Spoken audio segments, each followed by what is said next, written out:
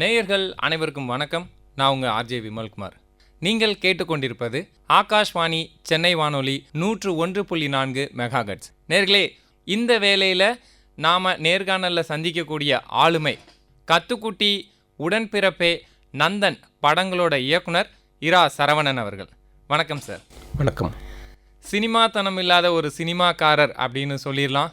சினிமாவை தாண்டி களப்பணி, இயற்கை, மனிதம், இந்த செயல்பாடுகளில் ஒரு மென்மையான தன்மையில் ஆனால் மிக அருமையான ஒரு புரட்சியாக தனக்குள்ளே இயங்கிட்டு இருக்கக்கூடிய ஒரு இயக்குனர் இரா சரவணன் சார். உங்களுடைய நந்தன் படம், இந்த நந்தன் முயற்சிக்கு விதையாக இருந்த நிகழ்வாக எதுவும் இருக்கா சார்?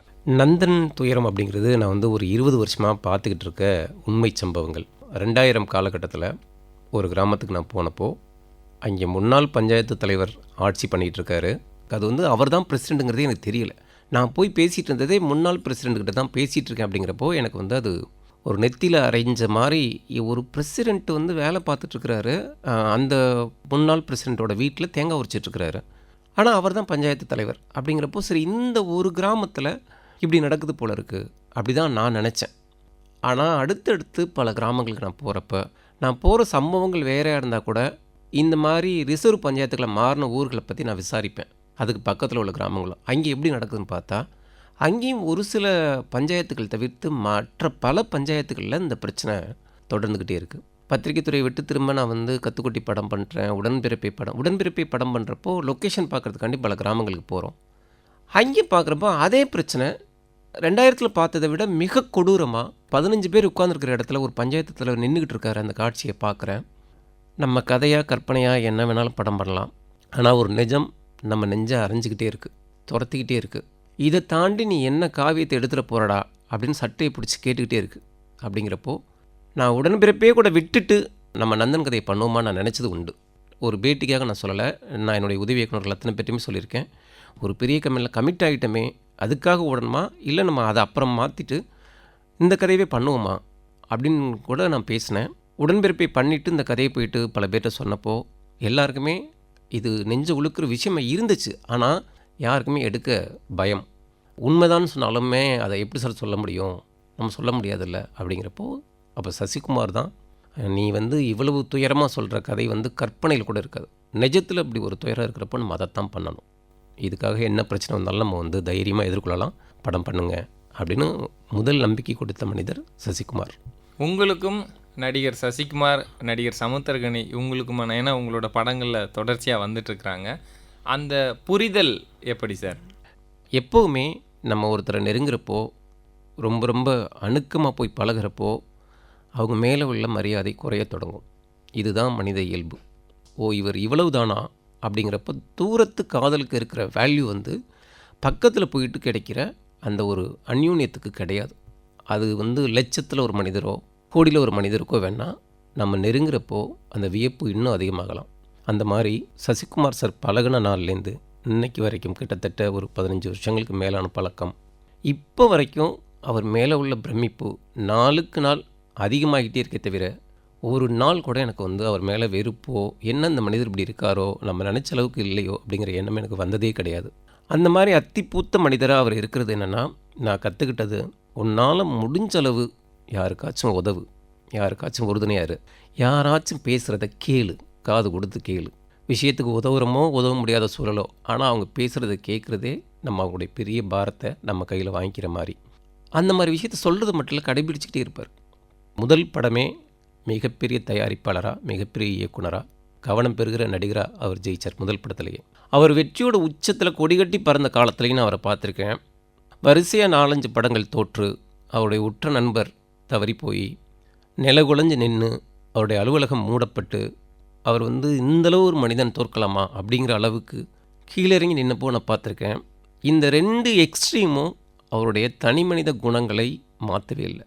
நம்ம எல்லாருமே நல்லவங்க தான், ஆனால் சூழலும் வெற்றியும் தோல்வியும் நம்முடைய மனநிலையை, நம்முடைய செயல்பாடுகளை, நம்முடைய குணத்தை மாற்றிடுது. ஆனால் அப்படி எந்த செயலுமே என்னையை மாற்றாது அப்படிங்கிறதுக்கான முன்னுதாரணமாக சசிகுமார் இருக்கார். அதனால் என்னுடைய வாழ்க்கையில் மிக முக்கிய வரம், மிக முக்கிய நண்பர், மிக முக்கிய உற்ற துணை அப்படின்னா முதல் இடம் சசிகுமார் சாருக்கு தான். நந்தன் படம் நான் பண்ணப்பெல்லாம் சசிகுமார் சார்ட்ட ஒரு 20 நாள் நான் பேசவே இல்லை. ஏன்னா அவர் அடி உதை வாங்குறது, சித்திரவதைப்படுறது, பஞ்சாயத்து தலைவர்கள் அத்தனை பேருக்கும் நடந்த துயரங்களை அவர் தாங்கிறது அப்படிங்கிறப்போ, நான் அவரை படத்தில் மட்டும் இல்லை நிஜத்துலையுமே நான் ஒரு ஹீரோவை பார்க்குறதுனால, இதை நான் எப்படி அவர்கிட்ட நான் வந்து சொல்ல போகிறேன், எப்படி புரிய வைக்க போகிறேன், இப்படி அடி வாங்கணும், தரன்னு இழுத்துட்டு போகணுங்கிறதெல்லாம் நான் வந்து அவர்கிட்ட சொல்லவே முடியல என்னால். என்னுடைய இணை இயக்குனர் மூலமாக தான் நான் அதை சொன்னேன், சொல்லி புரிய வச்சேன். அந்த அளவுக்கு எனக்கு வந்து அவர் அவ்வளோ ஆத்மார்த்தமானவர், அவ்வளோ நெருக்கமானவர். என் நட்பு லிஸ்ட்டுன்னு பார்த்தோம்னா சசிகுமாருக்கு அப்பாற்பட்டு தான் மற்ற அத்தனை பேருமே. சமுத்திரக்கனி சார்கிட்ட வந்து நான் சாருங்கிறது தான் பழகுவேன். ரொம்ப நேர்மையான கதாபாத்திரத்துக்கு மட்டும் இல்லை, நேர்மையான நிகழ்வுலையும் உண்மையிலையுமே அவர் அப்படிப்பட்ட ஆள் தான். கைதூக்கி விட துடிக்கிற மனுஷன். நம்மளால் ஒருத்தன் ஜெயிச்சிருவானா, நம்ம ஒருத்தனுக்கு உறுதுணையாக இருந்துட முடியுமா அப்படிங்கிற மாதிரி இன்றைக்கும் சொல்கிறேன். புதிய இயக்குநர்களாக இருக்கட்டும், எத்தனையோ பேர்கிட்ட அவர் கதை கேட்குறாரு, அந்த கதையில் அவர் நடிக்கிறாரோ இல்லையோ அந்த கதையில் திருத்தம் போடுவார் உட்காந்துக்கிட்டு. நடிக்க வாய்ப்பில்லைன்னு சொல்லிடுவார். சொல்லிவிட்டு 10 நாள் கழித்து அந்த இயக்குனர் ஃபோன் பண்ணிட்டே, அதில் நீ 2 விஷயம் சொன்னீங்கல்ல, அதை ஒன்றா மாற்றினு வச்சுக்கவே அப்படிம்பாரு. அந்த கதைக்குள்ளே அவ்வளோ இன்வால்மெண்ட்டாக இருப்பார். யாரோ ஒருத்தன் ஜெயிக்கணும். சினிமாங்கிறது வந்து எல்லாருக்கும் பொதுவான ஒரு வாய்ப்பு. நம்ம மட்டும் ஜெயிக்கணும் அப்படின்னு நினைக்கக்கூடாது. அவருடைய போராட்டங்கள், கஷ்டங்கள் எல்லாமே இன்னொருத்தனுக்கு நடக்கக்கூடாதுன்னு நினைப்பார் அவர். சினிமாவில் 2 வகை. நான் கஷ்டப்பட்டேன், அதனால் நீயும் கஷ்டப்படு அப்படின்னு எதிர்பார்க்குற தன்மை ஒன்று. நான் பட்ட கஷ்டத்தை நீ படாத, எனக்கு ஏற்பட்ட எந்த அவலமும் உனக்கு வரக்கூடாது. இந்த 2வது வகை வந்து சமுத்திரக்கனி சார். எனக்கு மிக முக்கியமாக பிடிச்சது ஓடிக்கிட்டே இருப்பார். இந்த நிமிஷம் வரைக்கும் ஏதோ புதுப்பட இயக்குனர் மாதிரி, புதுமுக நடிகர் மாதிரி ஓடிக்கிட்டே இருக்கிற அவருடைய தன்மை இருக்குல்ல, நான் ரொம்ப நாள் வியந்து கேட்பேன். எப்படி சார் 2 படம் பண்ணிட்டு ரெஸ்ட் எடுப்போமான்னு தோணுது, நீங்கள் என்ன? இல்லைடா, நம்ம வந்து நம்மளுடைய நேரத்தை ரொம்ப ரொம்ப கவனமாக பயன்படுத்தணும். இது நம்ம நேரம் மட்டும் கிடையாது, 4 பேருக்கான நேரம், அதனால் ஓடிக்கிட்டே இருக்கணும் அப்படிம்பாரு. குறிப்பாக அந்த வரிசையில் வச்சு பார்த்திங்கன்னா சூரியண்ணன். சூரி வந்து எனக்கு ஒரு 20 வருட நண்பர். அவருடைய ஆரம்பம் தொட்டு இன்னைக்கு வரைக்கும் அந்த தன்மை மாறாத மனிதர் அப்படின்னா சூரி பேரையும் நம்ம தவிர்க்கவே முடியாது. சூரி அவ்வளவு நெருக்கமானவர். அவர் கத்துக்குட்டி பண்ணப்பே நான் சொல்லுவேன், அண்ணன் நீங்கள் ஒரு ஹீரோ மெட்டீரியல். நான் எதுக்காக சொல்கிறேன்னா, உங்களுக்கு உசுப்பேற்றுறதுக்காண்டி சொல்லலை. ஏன்னா உங்களுடைய நடிப்புக்கு தீனி போடவே முடியல. அதாவது திருப்தி அடையாத தன்மையிலே இருப்பார். இன்னும் ஒரு டைலாக் சேர்க்கலாம் அண்ணன், ஆனால் இந்த பாடி லாங்குவேஜ் இப்படி மாற்றி பார்க்கவானே அப்படிம்பாரு. அப்போ நான் சொன்னேன், அப்போ நீங்கள் ஒரு காமெடி பண்ணுற ஒரு ஆளாக இருந்தால் இந்த தீனி உங்களுக்கு பத்தாது. ஒரு கதாநாயகனாக இருக்கிறப்போ இந்த பெருந்தீனி உங்களுக்கு அமையும். அதுக்காண்டியாச்சும் நீங்கள் கதாநாயகன் ஆகணும் அப்படின்னு சொல்லுவேன் அவருக்கு. அது இன்றைக்கி சாத்தியமாகிறப்போ ரொம்ப ரொம்ப சந்தோஷமாக மகிழ்ச்சியாக இருக்குது. சார், இந்த நட்பு பற்றி நீங்கள் சொல்கிறீங்க.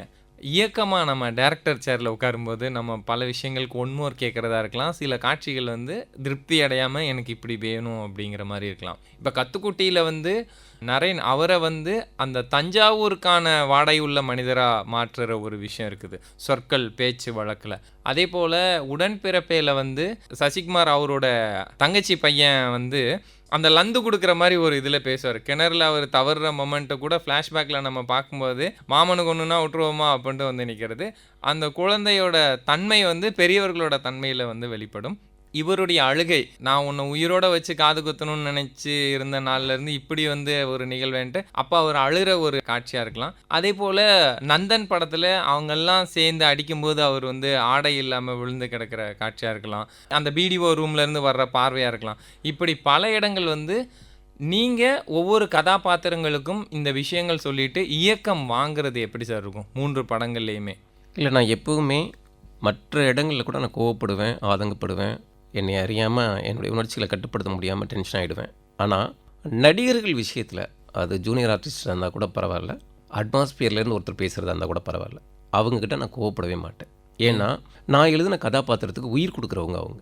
நான் வந்து ஒரு இன்ஸ்பெக்டர் இப்படி தான் இருக்கலாம் நான் எழுதலாம்.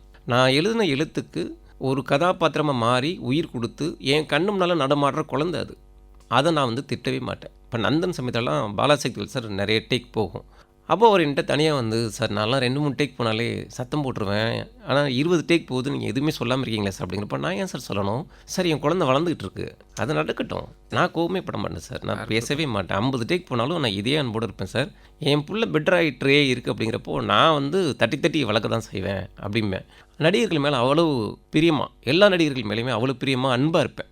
நான் வந்து அந்த பெட்டர்மெண்ட்டை பார்ப்பேன். அவங்களோட இன்வால்மெண்ட்டை வந்து என் குழந்தை ஒரு சுட்டித்தனம் பண்ணால் எப்படி இருக்கும் அந்த மாதிரி நான் ரசிப்பேன். அப்படி இருக்கிறதுனால எனக்கு இந்த வேலை வாங்குகிற தன்மைங்கிறது வந்து எனக்கு வந்து கசப்பாக அமையவே அமையாது. அது எவ்வளோ நேரமாக போனால், அதாவது மற்ற நேரத்தில் நேரம் அதிகமாகிறப்போ கத்தி குப்பாடு போட்டுருவேன். ஒரு ஆர்ட் ஆக்டர் வந்து ஒரு ப்ராப்பர்ட்டி செட் பண்ண லேட் ஆகுதுன்னா கத்திடுவேன், அந்த ப்ராப்பர்ட்டி வேணாம் தூக்கு அப்படிங்கிற அளவுக்கு கத்திடுவேன். ஆனால் நடிகர்கள் விஷயத்தில் அதுதான் ஷூட்டிங் ஸ்பாட்டில் நிறைய, சார் நீங்கள் பாரபட்சம் பார்க்குறீங்க, பாரபட்சம் இல்லை, அதுக்கு பேர் பாரபட்சம் இல்லை, மற்ற விஷயங்கள் நமக்கு அமைகிறத நம்ம வந்து நம்ம முன்கூட்டி பண்ணிடலாம். ஆனால் நடிப்புங்கிறது அமையணும்னா அது அவங்க உணர்வு வழி பயணிக்கணும். முதல்ல நான் என்னோடய எண்ணத்தை கடத்தணும், அந்த கேரக்டரோட தன்மையை சொல்லணும். இப்போது இன்ஸ்பெக்டர் அப்படின்னா உலகத்தில் உள்ள எல்லா இன்ஸ்பெக்டரும் ஒரே மாதிரியாக இருக்கிறாங்க, அப்படி கிடையாது. அப்படி நான் எந்த இன்ஸ்பெக்டரை பார்த்துருப்பேன், அந்த இன்ஸ்பெக்டர் வந்து ஒரு கீச்சு குரலில் பேசுவார், சிரிச்சுக்கிட்டே அடிப்பார். அப்படி நான் பார்த்ததெல்லாம் முதல்ல அந்த கதாபாத்திரத்தை கடத்தணும். இதெல்லாம் பார்த்திங்கன்னா மெயின் ஆர்டிஸ்ட்டை நிற்க வச்சுக்கிட்டு நான் இன்னொரு ஆர்டிஸ்ட்டை சொல்லிகிட்டு இருப்பேன், தன்மையாக சொல்லிகிட்டு இருப்பேன், இந்த மாதிரி பண்ணணும், இந்த மாதிரி செய்யணும் அப்படின்னு சொல்லிட்டு. எனக்கு நடித்து காட்ட தெரியாது, ஆனால் இதைத்தான் நான் எதிர்பார்க்குறேங்கிற மீட்டரை சொல்லிடுவேன். இப்போ கற்றுக்குட்டிலாம் பண்ணப்போ நரேன் சார் வந்து நரேன் பிரமாதமான நடிகர். இன்னுமே சொல்கிறேன், அவரை தமிழ் சினிமா இன்னும் சரியாக பயன்படுத்திக்கலையோ அப்படின்னு நான் நினைப்பேன். லோகேஷ் கனகராஜ் சார் மட்டும்தான் கரெக்ட். ஆமாம் ஆமாம் ஆமாம். அந்த மாதிரி நரேன் சார் வந்து ஒரு டேக் போயிட்டுருக்கு, பெட்டராக கேட்குறேன் 15 டேக் போயிடுச்சு. அவருக்கு அது வந்து ஒரு மாதிரி ஆயிடுச்சு. அப்போ அங்கேருந்து வந்து, ஆனால் மிக தன்மையான மனிதர், எப்படி என் தோல் மேலே கை போட்டு, நான் எனக்கு தெரிஞ்ச வகையில் நான் நடிச்சிட்டேன், இனிமேல் நடிக்கணும்னா நீங்கள் தான் நடித்து காட்டணும் அப்படின்னாரு. நான் சொன்னேன், எனக்கு நடிக்க தெரிஞ்சால் தான் நான் ஹீரோவாக இருப்பேன், நான் எதுக்கு நரேன் சாரை வச்சு படம் எடுக்கணும் அப்படின்னோன்னு. இல்லைங்க, உண்மையாகவே எனக்கு புரியலைங்க. இல்லை சார், பெட்டர் ஆகிட்டே தான் இருக்குது, நீங்கள் ஏன் இதை 20 டேக்குன்னு நினைக்கிறீங்க, நான் என்னுடைய வளர்ச்சியை பார்த்துக்கிட்டே இருக்கேன். சூப்பர். நீங்கள் வந்து டைம் வேஸ்ட்டு இது வேஸ்ட்டு நீங்கள் ஏன் நினைக்கிறீங்க, அணுகணுவாக நீங்கள் வளர்ந்துட்டு இருக்கீங்க சார். நான் மனசில் நினைக்கிற ஒரு கதாபாத்திரம் உங்களுடைய உடம்பு படிப்படியாக அந்த தன்மையை வெளிப்படுத்திகிட்டே இருக்குது, இது பெட்டர் ஆகிட்டே இருக்குது சார் அப்படின்னு சொல்லிவிட்டு, அதுக்கப்புறம் ஒரு டேக் எடுத்து முடித்தப்போ நான் கூப்பிட்டு காமிச்சேன். சார், எனக்கு உங்கள்கிட்ட நடித்து காட்ட தெரியல, ஆனால் இந்த 20 டேக்கையும் பாருங்கள், ஏன் இந்த டேக்கை நான் ஓகே பண்ணேன்னு நீங்கள் கவனிங்க, இதுதான் என்னுடைய தேடுதல். சூப்பர். ஆமாம். அப்போ சசிகுமார் சார்ட்டெல்லாம் பார்த்தீங்கன்னா நான் சொன்னேன், அவருக்கு கிட்டத்தட்ட நாங்கள் பழகுறதுனால நான் என்ன எதிர்பார்க்குறேன்னு பளிச்சுன்னு தெரிஞ்சிடும் அவருக்கு. ஆனால் நந்தனில் நாங்கள் தொந்தரவானோம். நந்தனில் வந்து நான் ஒன்று சொல்லுவேன், சாரால் செய்ய முடியாது, சார் ஒன்று செஞ்சு காட்டுவார், எனக்கு அது பிடிக்காது. உடன்பிறப்பை வந்து பார்த்திங்கன்னா சிங்கிள் டேக் ஆர்டிஸ்ட், நான் என்ன சொல்லுவேனோ அதை அப்படியே இது பண்ணுவார். குறிப்பாக நீங்கள் இந்த குழந்தை மடியில் போட்டு அழுகிற காட்சியெல்லாம் பார்த்தீங்களா, நீங்கள் நம்பவே மாட்டீங்க, அன்னைய நாளில் நான் எடுத்த ஃபஸ்ட்டு ஷாட்டாக தான். யாருமே இருக்க மாட்டாங்க, ஆர்டிஸ்ட்லாம் வரவே இல்லை. ஏன்னா நீங்கள் அவுட்டோர் போகிறப்போ ஜோதிகா மேம், சமுத்திரக்கணி சார், இந்த மாதிரி ஆட்கள்லாம் நீங்கள் அசம்பிள் பண்ணுறதுக்கு எப்படியா இருந்தாலும் 10 மணிக்கு மேலே ஆகிடும். நான் அன்றைக்கி சசிகுமார் சாருக்கு 6:30 மணி சொன்னேன். 6:30 மணிக்கே அப்படின்னாரு. ஆமாம் சார் வந்துடுங்க அப்படின்னு சொல்லிட்டு சாரை மட்டும் தனியாக வச்சு, ஏன்னா சசிகுமார் சார்கிட்ட இன்னுமே ஒரு சின்ன கூச்சம் இருக்கும், ஒரு 10 பேர் நிற்கிற இடத்துல அவருடைய நடிப்பு கொஞ்சம் இறங்கும். அப்போது சசிகுமார் சாரை நம்ம தனியாக வச்சு எடுக்கணும். சூப்பர் அப்படின்னு சொல்லிட்டு முதல்ல இந்த க்ளோஸு 2 ஷாட்டு அழுகிறது எல்லாத்தையும் எடுத்துருவோம் அப்படின்னு சொல்லிட்டு, கனி சார் மேடம்லாம் வர்றதுக்கு முன்னாலேயே ஆர்டிஸ்டோட பொசிஷனை மனசில் பிளான் பண்ணிக்கிட்டு, இந்த இடத்துல உட்காருங்க சார், இந்த இடத்துல பண்ணுங்க சார், இப்போது உங்களை ரோல் மாடலாக எடுத்து வளர்ந்த ஒரு பையன் செத்து கிடக்குறான் அப்படின்னு அந்த விஷயத்தை அந்த கன்வே பண்ணுவேன். எனக்கு ஏன்னா கதாபாத்திர இதுக்கு வந்து ரொம்ப முக்கியத்துவம் கொடுப்பேன். அது என் மனசுக்குள்ளே அவ்வளோ ஊடுருவி போனதுனால அதை நான் அவங்களுக்கு வந்து டைம் ஆனாலும் பரவாயில்லன்னு ரொம்ப சொல்லுவேன். சார், அந்த பையன் உங்களை முன்னுதாரணமாக எடுத்ததுனால தான் செத்து கிடக்குறான், அப்பா வளர்ப்பு மாதிரி வளர்ந்துருந்தா அவன் இப்படிப்பட்ட பிரச்சனைக்கு போகிறதில்ல, கிணத்துக்குள்ளே விழ போகிறதில்ல, அவன் செத்துருக்கவே மாட்டான். உங்களை முன்னுதாரணம் எடுத்த ஒருத்தன் செத்து கிடக்குறான். அப்போ அந்த சாவுக்கு யார் காரணம்? நீங்கள் தான் காரணம், உங்களுடைய வளர்ப்பு காரணம். நீங்கள் பிள்ளைய வந்து உசுப்பேத்துறங்கிற பேரில் இப்படி வளர்த்துருக்கீங்க அப்படிங்கிறப்போ நான் சொல்லி முடிக்கிறப்பே ஒரு கண்ணு கலங்கி நிற்கும். அப்போது டேக் ரெடி அப்படின்னு சொல்லிட்டு இது பண்ணேன். அப்போ அந்த சத்சரே சொல்லுவார், எத்தனையோ படங்கள் நான் அழுதுருக்கேன், ஆனால் உடன்பிறப்பை மாதிரி நான் அந்தளவுக்கு கதறி அழுததே இல்லை, தனித்துவம் அப்படி இயல்பாக தன்மையாக அழுகை வந்து பிளான் பண்ணது மாதிரி இல்லாமல் இருக்கும் அப்படிம்பார். அந்த மாதிரி நடிப்பு வாங்குறது எனக்கு ரொம்ப சுலபமாக இருக்கும். ஜோதியா மேடம்கிட்டலாம் பார்த்தீங்கன்னா சீனையும் சூழலையும் நான் சொன்னேன் அப்படின்னா ஃபஸ்ட்டு டேக் ஓகே, நான் கண்ணு மூடிட்டு சொல்லலாம். சமுத்திரக்கணி சார்னு சொல்லுவேன், எனக்கெல்லாம் 2-3 டேக் கேட்குறேன் அப்படி பாரு. இல்லை சார், அந்தளவுக்கு இன்வால்மெண்ட்டாக, அதாவது ஃபஸ்ட்டு அந்த சீனை கேட்குறப்போ அப்படியே இருப்போம், அந்த மூட்லேயே இருப்பாங்க. இப்போ இந்த இடம் சோகமான காட்சி அப்படின்னா, இப்போ சமுத்திரக்கணி சார் வந்து சோகமான காட்சினாலும் 10 நிமிஷம் நல்லா சிரிச்சிட்டே இருப்பாப்புல. ஸ்பாட்டுக்கு வருவார், பொசிஷன் போய் நின்னாருன்னா கிளிசர்லாம் போட வேண்டியதில்லை, கடன்னு அழுவார், அந்த மாதிரி பண்ணுவார். ஆனால் ஜோதியா மேடம் என்ன பண்ணுவாங்கன்னா, இன்றைக்கி இந்த மூடு தான் சொல்லிட்டா யார்ட்டையும் பேச மாட்டாங்க, அசிஸ்டண்ட்கிட்ட கூட பேச மாட்டாங்க, அந்த இறுக்கமான மனநிலையில் அப்படியே இருப்பாங்க. மொத்த பாரத்தையும் அந்த உடம்பு தாங்கிட்டு அப்படி நின்றுட்டு அந்த பொசிஷன் வந்து நின்னோன்னு கடன்னு அப்படியே கொட்டிடுவாங்க கண்ணீர். அந்த 2 பேருடைய பயிற்சி வேறு மாதிரி இருக்கும். அது வந்து நம்ம இன்னும் 10 படம் பண்ணால் கூட அந்த இதை கற்றுக்க முடியாது. நம்ம உங்களுடைய இந்த ஷார்ட் ஆங்கிள் அப்படிங்கிற ஒரு விஷயத்தில் அந்த வைடு காட்டுறீங்களா இல்லை டாப் ஆங்கிளில் காட்டுறீங்களா? ஏன்னா சூர்யா அவர்கள் வந்து அந்த வாழைப்பழத்தை எறிவார் இறக்கி விட்டு போகும்போது. அது போன்று உதாரணமாக நிறைய காட்சிகள் நந்தனில், உடன்பிறப்பையில், கத்துக்குட்டியில் சொல்ல முடியும். ஸோ உங்களுக்கு அந்த ட்ரோன் டாப் ஆங்கிள் இல்லைன்னா ஒய்டில் ஒரு பிரியம் தனிப்பட்டு இருக்கா? இல்லை ஒவ்வொரு இயக்குனருக்கும் தனித்துவமான ஒரு பார்வை இருக்குமா? இல்லை இல்லை, நான் என்ன சொல்லுவேன்னா, எதுக்கு இந்த ஒயிட் ஷாட், அதாவது ஒரு ஷாட் எதுக்கு அப்படிங்கிற கேள்வியை நம்ம மனசில் ஏற்படுத்தினோம்னா, அதாவது இப்போ இந்த சினிமா என்ன கற்றுக் கொடுத்துருக்கு, ஒரு ஒயிட் ஷாட்டு அதில் மாஸ்டர் முடிங்க, மிட் ரேஞ்சில் ஒன்று எடுத்துக்கோங்க, டைட் ரேஞ்சில் ஒன்று போய்க்கோங்க, அடுத்தடுத்த ஸ்டெப் அப்படி போங்க அப்படின்னு சினிமா நம்மளுக்கு கற்றுக் கொடுக்குது. ஆனால் நம்ம என்ன கேட்குறோம்னா, இந்த ஷாட் எதுக்காக? இப்போ நீங்கள் நானும் பேசுகிறோம், இதை 2 ஷாட்டாக காட்டலாம், உங்களுடைய க்ளோஸாக காட்டலாம், என்னுடைய க்ளோஸாக காட்டலாம், ஃபுல்லாக இந்த அட்மாஸ்பியரே காட்டுற அளவுக்கு ஒரு எக்ஸ்ட்ரீம் வைடு ஒன்று வச்சு இந்த ஸ்டேஷனுடைய நிலைமைகள் எப்படி இருக்குது, என்னென்ன அட்மாஸ்பியர் இருக்குது, எல்லாத்தையும் நான் காட்டலாம். இப்போ நான் ஒன்று சொல்லிகிட்டு இருப்பேன், இந்த ஒயிட் ஷாட் நான் எதுக்கு கேட்குறேன் அப்படின்னா, சசிகுமாரும் ஜோதிகாவும் வாழ்கிற ஊரில் மக்கள் வாழலை, இந்த மக்கள் வாழ்கிற ஊரில் சசிகுமாரும் ஜோதிகாவும் வாழ்கிறாங்க. ஆஹா, அப்போது நான் முக்கியத்துவப்படுத்த வேண்டியது என்னுடைய கிராமத்தை நான் எஸ்டாப்ளிஷ் பண்ணிக்கிட்டே இருக்குன்னு நினைப்பேன். அதாவது 2 பேருக்கு, ஒரு ஜோதிகா மேம் சூரி சார் பேசுகிறதா இருக்கலாம், அந்த அட்மாஸ்பியர் நீங்கள் கவனிங்க. பக்கத்தில் 100 நாள் வேலை பார்த்துட்டு இருப்பாங்க, அந்த ஒட்டுத்தண்ணியில் உட்காந்து 2 பேர் பேசிகிட்டு இருப்பாங்க, விஓ ஆஃபீஸ் வாசலில் 4 பேர் நிற்பாங்க, ஒருத்தர் மம்பட்டி எடுத்துகிட்டு அப்படியே போயிட்டுருப்பார். அப்படிங்கிறப்போ என்ன மாதிரியான கிராமத்தை நான் உங்கள்கிட்ட காட்ட நினைக்கிறேன், அந்த கிராமத்துக்குள்ளே இந்த காட்சி நடக்குது. இந்த காட்சி நடக்கிறது இந்த கிராமத்துக்குள்ளே கிடையாது, இந்த கிராமத்துக்குள்ளே இந்த காட்சி நடக்குது அப்படின்னு காட்டுறப்போ எனக்கு என் மக்களை எஸ்டாப்ளிஷ் பண்ணிகிட்டே இருக்கேன்னு நினைப்பேன். என்னுடைய நான் பார்த்த வாழ்க்கையை அதாவது ஒரு கிராமம் அப்படின்னா இந்த கிராமத்தோட ஸ்ட்ரக்சரை முதல்ல பாருங்கள், எப்படி இருக்குன்னு மட்டும் பாருங்கள், இந்த வாழ்க்கை எப்படி இயங்குதுன்னு பாருங்கள், அதுக்கப்புறம் ஜோதிகாவை பாருங்கள், அதுக்கப்புறம் சூரியை பாருங்கள். இதை நான் உணர்த்திக்கிட்டே இருக்குன்னு நினைப்பேன். எப்போவுமே ஒயிட் ஷாட் வைக்கிறது பெரிய பிரச்சனைக்குரிய விஷயம். அதுவும் சின்ன பட்ஜெட் படங்கள் பண்ணுறப்போ ஒயிட் ஷாட் முடிஞ்ச மட்டும் தவிர்க்கலாமே அப்படின்னு நினைப்போம். ஆனால் ஒயிட் ஷாட்டில் வந்து நீங்கள் கடத்துகிற ஒன்று இருக்குல்ல, அது ரசிகன் விரும்புகிறார் விரும்பலைங்கிறது வேறு. ஆனால் அதில் நீங்கள் கடத்துகிற ஒரு விஷயம் இருக்குல்ல, அதுதான் கிராமங்கள் இப்படி தான் இருக்கோ, நம்ம பார்க்குற ஊர் இப்படி தான் இருக்கோ, அது பெருமையாக இருக்கட்டும் பிரச்சனையாக இருக்கட்டும், எதுவாக இருந்தாலுமே சொல்கிறேன், ரெண்டையுமே எல்லா மக்களுக்கும், நகரப்புறத்தில் வாழ்கிற மக்கள் வரைக்கும் நான் கடத்துறதுக்கு ஒயிட் ஷாட்டோட அவசியம் ரொம்ப தேவை. Super sir. சார், ஆர்டராக பார்த்தோம்னா கத்துக்குட்டியில் வந்து ஆவணமாக இருக்க வேண்டிய ஒரு விஷயத்த கமர்ஷியலாக வெகுஜன ரசிகர்களுக்கு கொண்டு போய் சேர்த்த படம். அதில் இருக்கிற காமெடியோ நையாண்டியோ அது பேசுகிற கருப்பொருளோ. நந்தன் நம்ம பார்க்கும்போது மனதை உலுக்குகிற ஒரு விஷயத்த டச் பண்ணுறதே ரொம்ப பெரிய சேலஞ்சு. அதை வந்து வணிகமாக கொண்டு வந்து நிறுத்துகிறோம் தேட்டரில், ஓடிடியில். இந்த ஜேனரில் உங்களை யோசிக்கும்போது உடன்பிறப்பை வந்து ஒரு மாஸ் ஜேனர், அது வந்து ஒரு ஹீரோயிசம் பயங்கரமாக இருக்குது, ரத்த பந்தம் அப்படிங்கிற ஒரு விஷயம் இருந்தாலும் அதனோட பிஜிஎம்ஸு, அதனோட க்ரௌடு, அதனோட ஃபீல் எல்லாமே ஒரு திருவிழா ஃபெஸ்டிவல் இருக்கும். ஸோ உங்கள் ஜேனரில் உடன்பிறப்பை மாசு, இது வந்து என்டர்டெயின்மெண்ட், இது கமர்ஷியல், அந்த மாதிரியா? உடன்பிறப்பே ஒரு தனித்துவம் இருக்குது, அது உங்கள் ஜேனரில் எப்படி வந்தது? இல்லை, அதாவது நீங்கள் எப்படி உடன்பிறப்பை பண்ணீங்க அப்படின்னு நிறைய பேர் கேட்பாங்க. சமூகம் சார்ந்த விஷயங்களை மட்டுமே கையில் எடுக்கணும்னு நினைக்கிறீங்க, அப்புறம் எப்படி இந்த கமர்ஷியல் படம் பண்ணீங்க, அதுவும் ஃபேமிலி ஓரியன்டாக எப்படி பண்ணீங்க அப்படின்னு கேட்குறப்ப நான் ஒன்று சொல்கிறேன், இதுவும் சமூகம் சார்ந்த படம் தான். உறவுகள் வந்து எந்த அளவுக்கு முக்கியம்னு கேட்டால், இன்றைக்கி நான் ஒரு தப்பு பண்ணுறேன் அப்படின்னா, கரம்பக்குடி பக்கத்தில் வாண்டான்விடுதி கிராமத்தில் இருக்கிற எங்கள் அக்கா ஏண்டா தம்பி இப்படி பண்ணேன்னு என்னை கேட்பாங்க அப்படிங்கிற பயம் எனக்கு இப்போ வரைக்கும் இருக்குது. உறவுகள் தான் உங்களுக்கான கடிவாளம். நீங்கள் தப்பு பண்ணக்கூடாது, நெறிப்பிரலக்கூடாது, அறம் சார்ந்து நீங்கள் நடக்கணும் அப்படிங்கிறதுக்கு என்னோடய அம்மாவும் 3 அக்காவும் என்னுடைய தம்பியும் தம்பி பிள்ளைகளும் இவங்க தான் எனக்கு காரணம். அப்படிங்கிறப்போ ஒரு மனிதன் சரியான சமூகம் நிச்சயமாக சரியாகும். உறவுகள் பலப்பட்டுச்சு அப்படின்னா நீங்கள் வந்து கிட்டத்தட்ட இது நம்ம பண்ணவே கூடாது, இதைத்தான் பண்ணணும் அப்படிங்கிறதெல்லாம் உங்களுக்கு வந்து ஒரு பள்ளிக்கூடங்களாக இருக்குது. அந்த விஷயங்கள் உறவுகள் வந்து பள்ளிக்கூடங்களாக நமக்கு கற்பிக்குது.